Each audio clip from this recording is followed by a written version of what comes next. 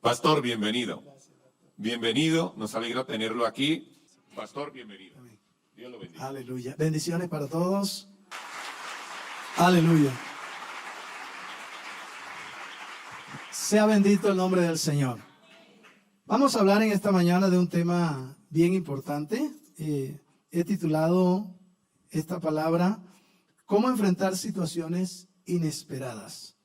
A veces nos enfrentamos a situaciones que no esperamos, que nunca nos hemos imaginado, que no las hemos planificado, que no son agradables, pero que llegan de repente. No sé si a usted le ha pasado alguna vez en la vida. Usted está tranquilo, viviendo feliz, y de pronto le llegó algo que usted no esperaba, le daña el momento y todo comienza a ser una adversidad. Vamos a ir al libro de los Hechos, capítulo 16, verso 16. Hechos, capítulo 16, verso 16, está hablando de los apóstoles, de los siervos de Dios, de los líderes de aquel tiempo que tenían la costumbre de ir al templo a orar. Habían escogido un lugar especial, un tiempo especial, maravilloso. Y como todos sabemos, la oración es una de las armas más fuertes de la iglesia, del cristiano. Por eso no podemos dejar de orar en cualquier situación que tengamos. Es más, a través de la oración encontramos la salida a los problemas. A través de la oración nos convertimos en vencedores, en guerreros victoriosos. Alabado sea el nombre del Señor Jesucristo. Y dice aquí la palabra del Señor, hablando de los apóstoles, pues el que narra la historia según que es el escritor, Lucas, dice: aconteció que mientras íbamos a la oración, nos salió al encuentro una muchacha que tenía espíritu de adivinación, la cual daba gran ganancia a sus amos adivinando. Esta, siguiendo a Pablo y a nosotros, daba voces diciendo: estos hombres son siervos del Dios Altísimo, quienes os anuncian el camino de salvación. Y esto lo hacía por muchos días. Mas desagradando a Pablo, éste se volvió y dijo al espíritu: te mando en el nombre de Jesucristo que salgas de ella. Y salió en aquella misma hora. Pero viendo sus amos que había salido la esperanza de su ganancia, prendieron a Pablo y a Silas y los trajeron al foro ante las autoridades. Y presentándolos a los magistrados, dijeron: estos hombres, siendo judíos, alborotan nuestra ciudad y nos enseñan costumbres que no nos es lícito recibir ni hacer, pues somos romanos. Y se agolpó el pueblo contra ellos, y los magistrados, rasgándoles las ropas, ordenaron azotarles con vara. Después de haberles azotado mucho, los echaron en la cárcel, y mandando al carcelero que los guardase con seguridad, el cual, recibido este mandato, los metió en el calabozo de más adentro, y les aseguró los pies en el cepo.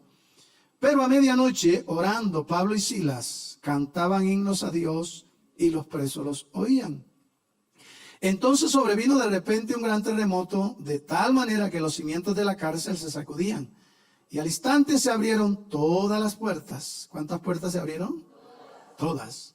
Y las cadenas de todos se soltaron. Despertando el carcelero y viendo abiertas las puertas de la cárcel, sacó la espada y se iba a matar, pensando que los presos habían huido.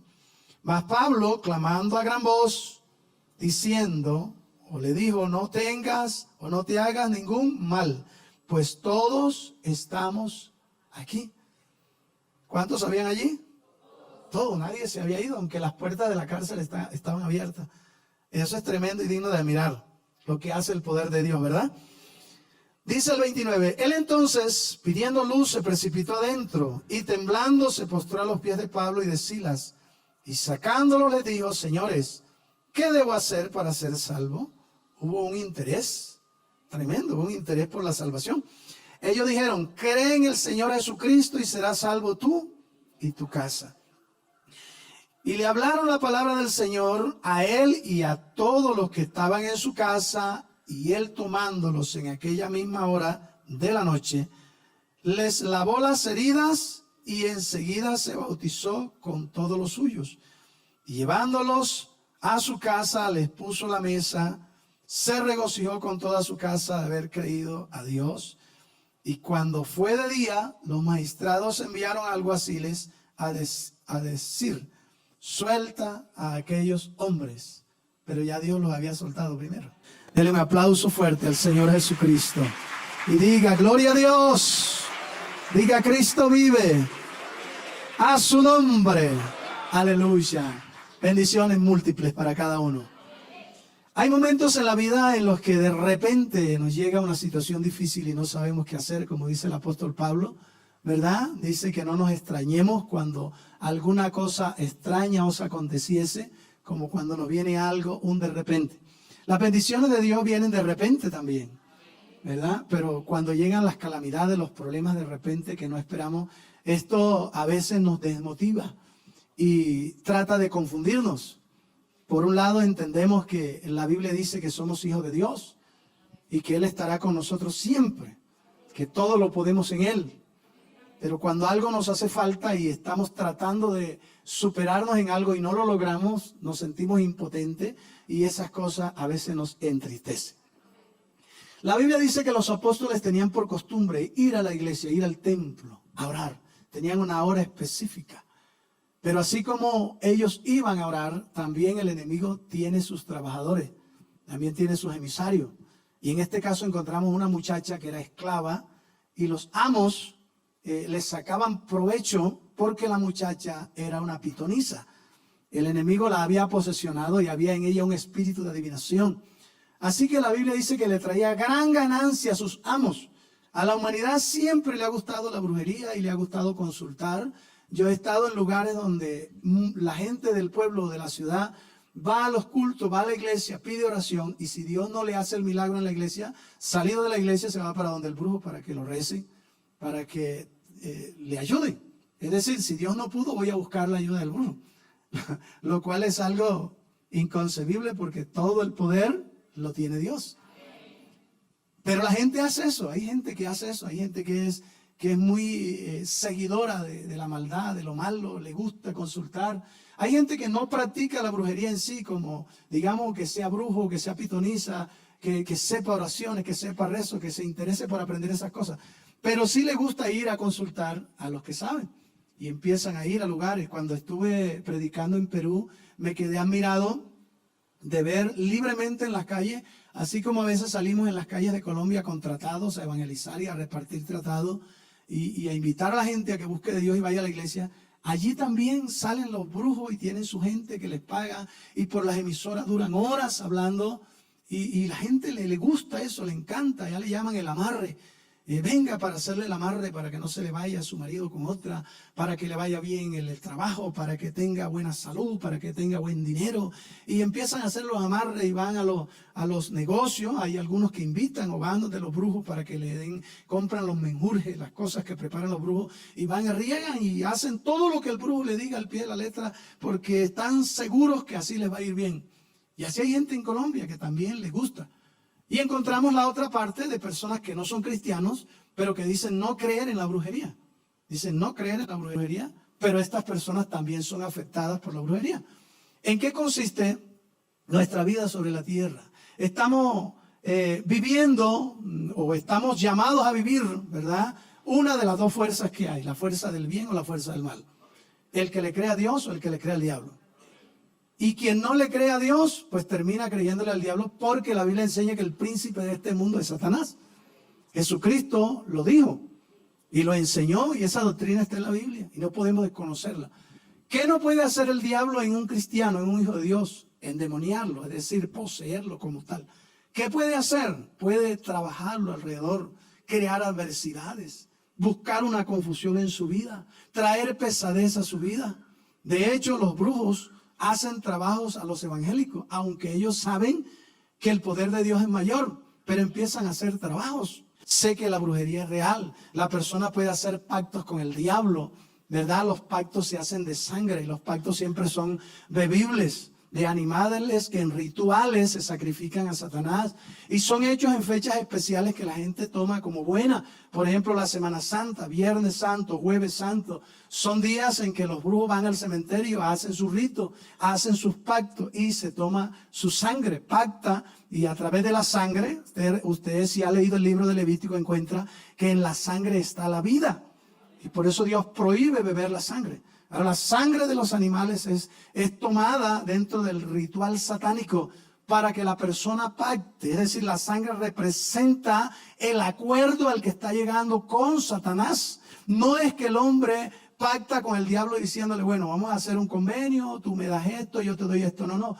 El hombre que practica la brujería y que hace pacto realmente lo que hace es someterse a las leyes establecidas por el mal. Por eso es necesario tener nuestra vida en Cristo, porque cuando usted está en Cristo, la Biblia dice que estamos en el hueco de su mano y de allí nadie nos podrá arrebatar. Dele fuerte el aplauso al Señor. Alabado sea el nombre de Jesús.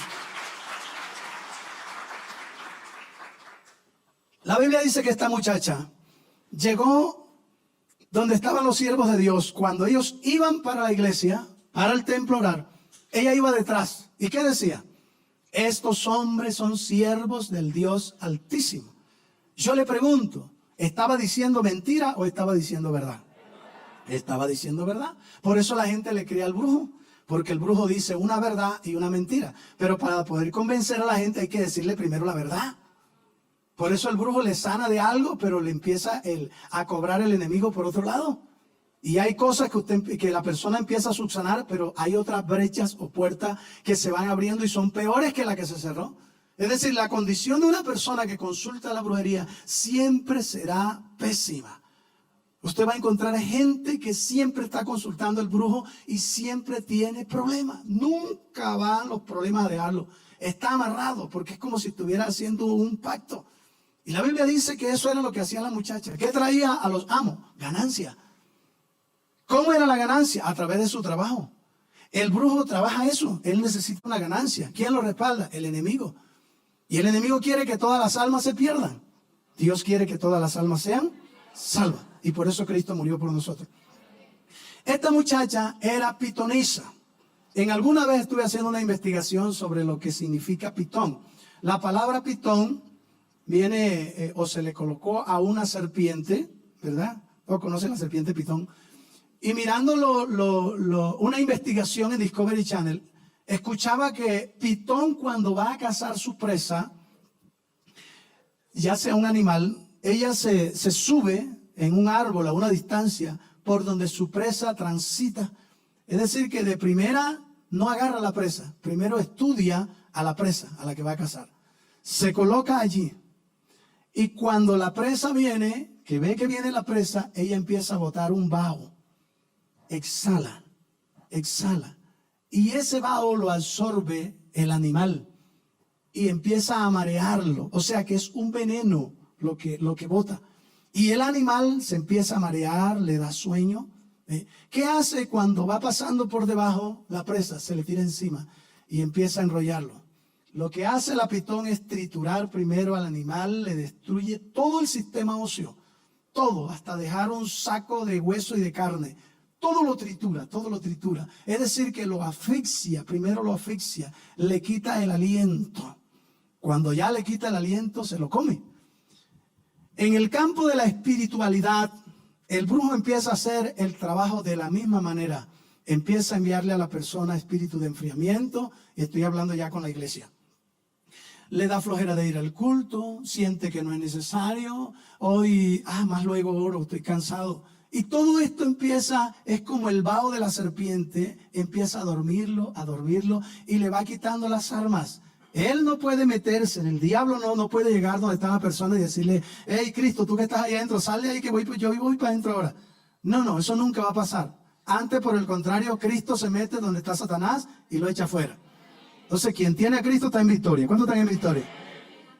Ahora, el trabajo que hace el brujo es el mismo. colocar enfriamiento, discusiones, le pone personas que vivan en su contorno, en su contra, en el trabajo se le levantan los amigos sin razón alguna y empieza a hacerle un trabajo hasta que la persona se va enfriando,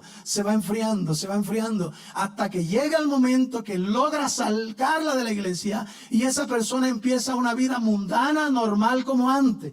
¿Qué dice la Biblia cuando el espíritu malo sale de la casa y vuelve que la encuentra barrida y adornada? Dice que viene acompañado con, o sea, ahora sí lo puede poseer. Mientras estaba bien con Dios, no pudo. ¿Pero qué le abrió la puerta para que el enemigo entrara? El pecado. ¿Por qué había un espíritu que venía y atormentaba a Saúl, siendo el rey, el ungido, el hombre que un día estuvo profetizando, metido en la colonia de profetas, hablando el nombre del Señor, lleno de la gloria de Dios? Pero cuando el hombre peca contra Dios y se aparta y se vuelve rebelde, porque el problema de Saúl no solamente fue su pecado, sino la rebeldía a la cual no fue capaz de renunciar.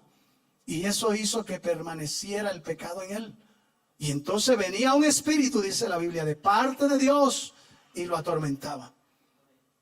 A una persona que esté en plena comunión con Dios, jamás podrá un demonio poseerlo. Quiero que eso le quede claro. Si usted no lo tenía claro, téngalo claro hoy. No puede. El único poder grande y sobrenatural que existe es el poder de Dios. Diga gloria a Dios, a su nombre. Van hacia la oración y esta muchacha empieza a decir: estos hombres son siervos del Dios Altísimo. Estos hombres son siervos del Dios Altísimo. Y la Biblia dice que esto se hizo por muchos